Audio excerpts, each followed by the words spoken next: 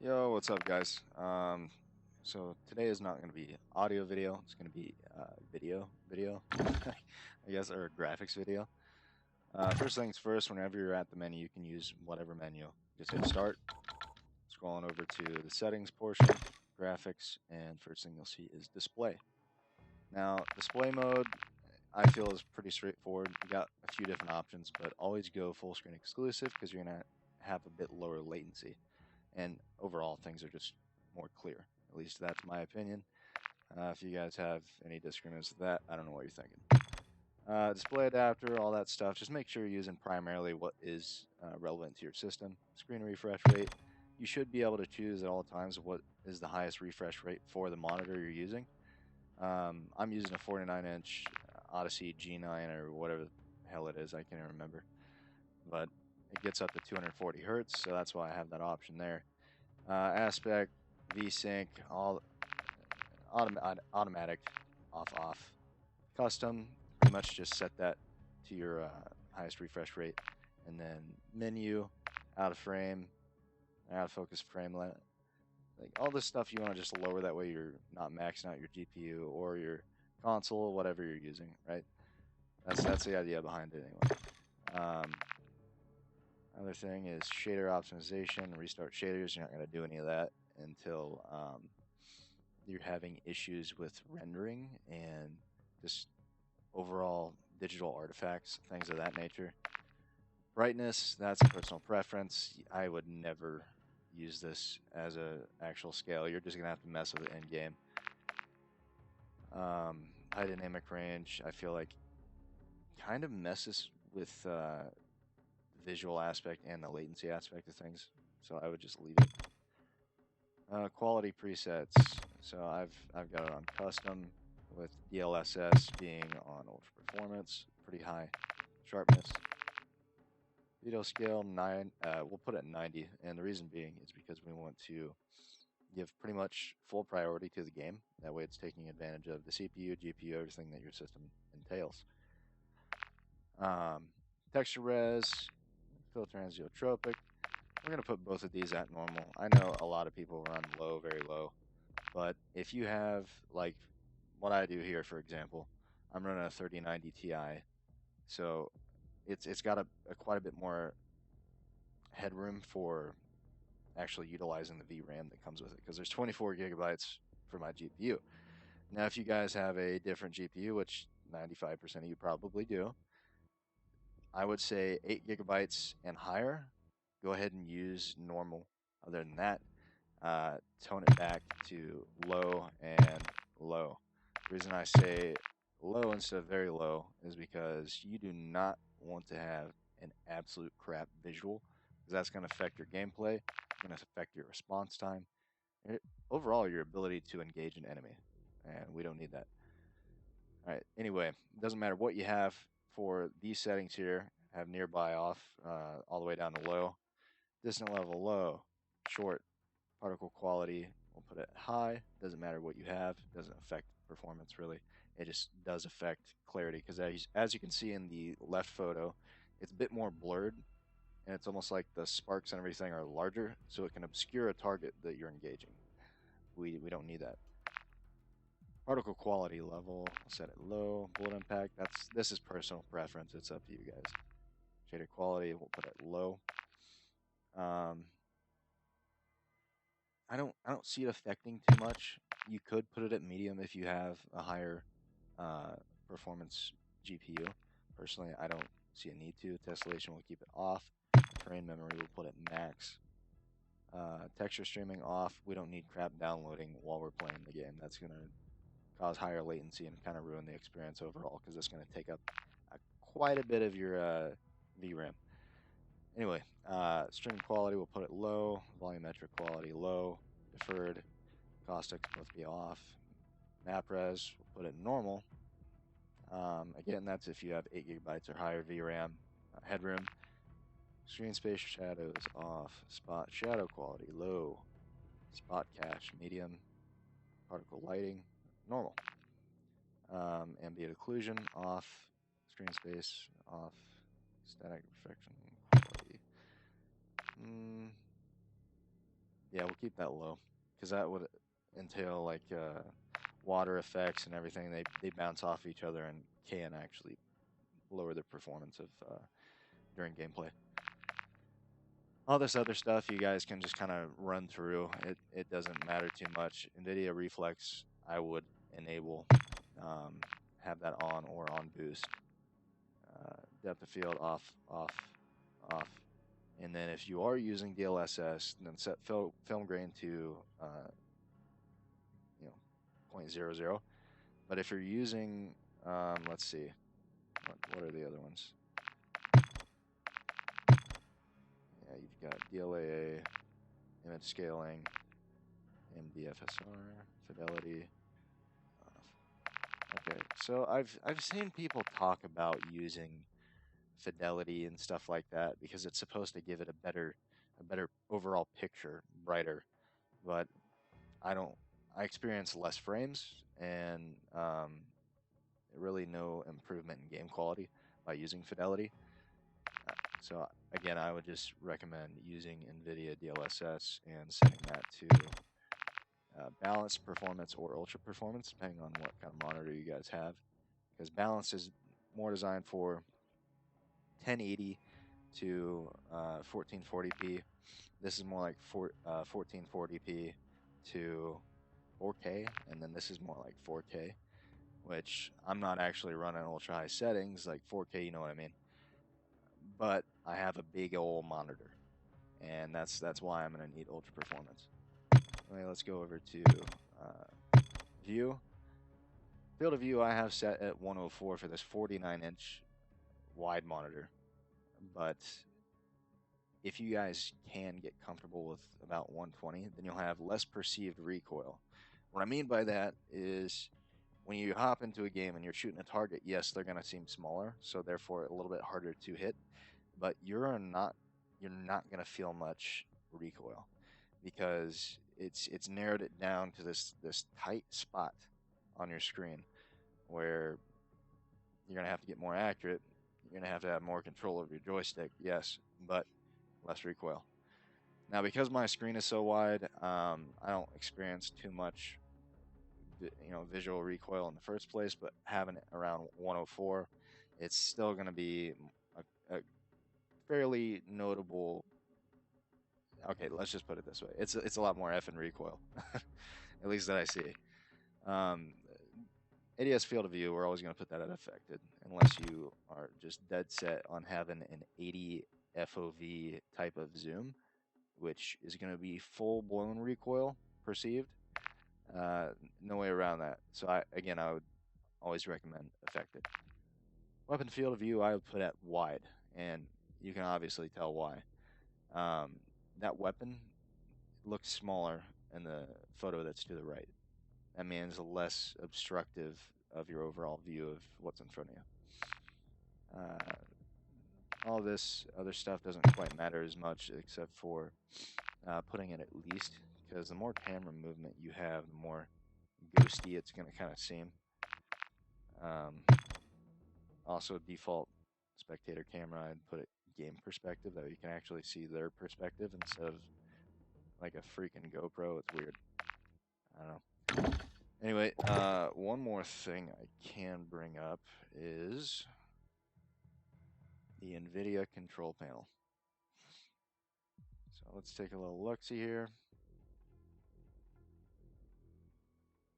Let's make sure that's coming up on OBS. It doesn't seem to be doing so. Anyway, it doesn't really matter with the NVIDIA control panel, but I would set performance settings on, and then if you go to adjust desktop color settings, just turn up the digital vibrance like to something that you can stand, along with the contrast, because that's what I've done. It makes everything a lot brighter. And to give you guys an example, I would love to show you guys all the settings in the NVIDIA control panel, but OBS is not letting me trace over to that application. I can do a write-up in the description as well if you guys would like me to. But first things first, let's hop into a game and you guys can see how the picture looks. And then pretty much just how I'm able to respond. There's no issues that I'm really perceiving. Um, yeah, that's it. I'm just talking on my butthole now. Um, hope you guys enjoy the gameplay. I'm gonna turn off my mic because I tend to get pretty PO'd pretty damn quick, and I really don't want you guys to hear that side of me. You guys get a little bit of that side of me here and there when I'm getting frustrated with how things are working, so I'm not gonna do that to you. All right. As always, I appreciate you tuning in and hope this helps.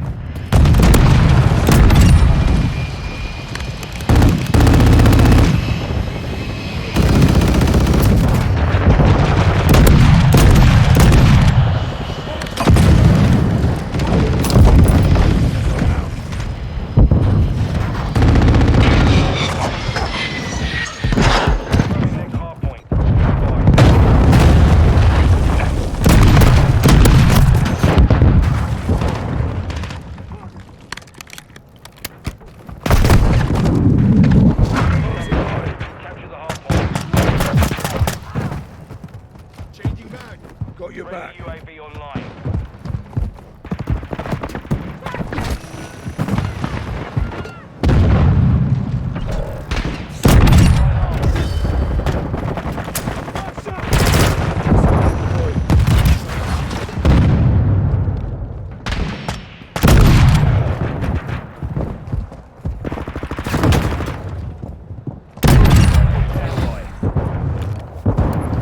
Requesting ordnance. Position mark.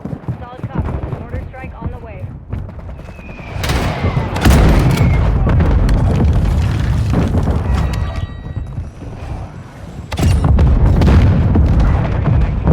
Get ready.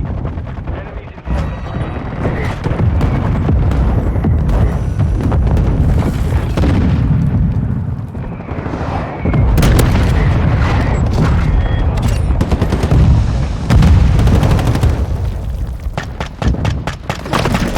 Reloading.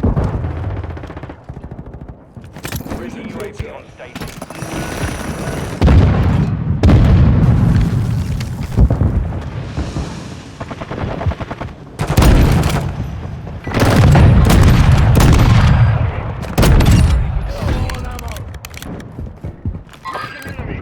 Target marked. Request fire mission. Copy. Ammo dropping low.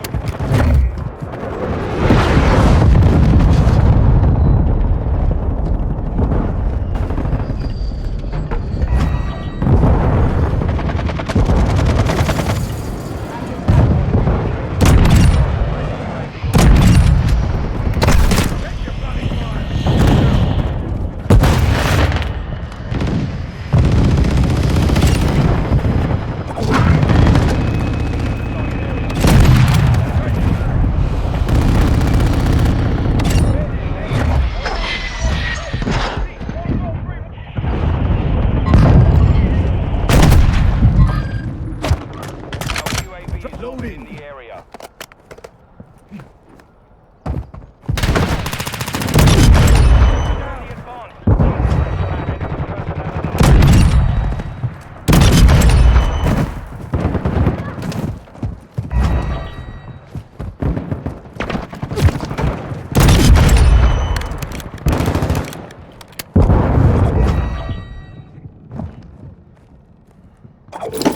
Trophy system out.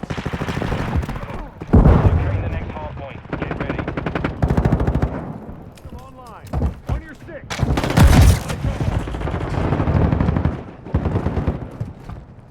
Hard point compromised. Secure the information updated. Capture the hard point.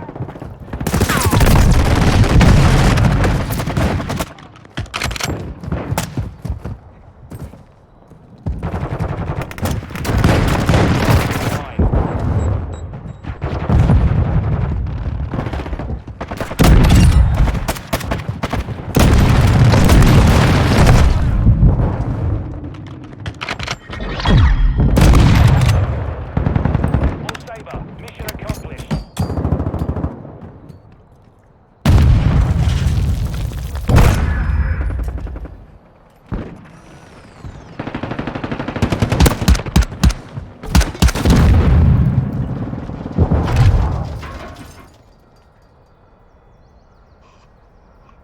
GG's, boys.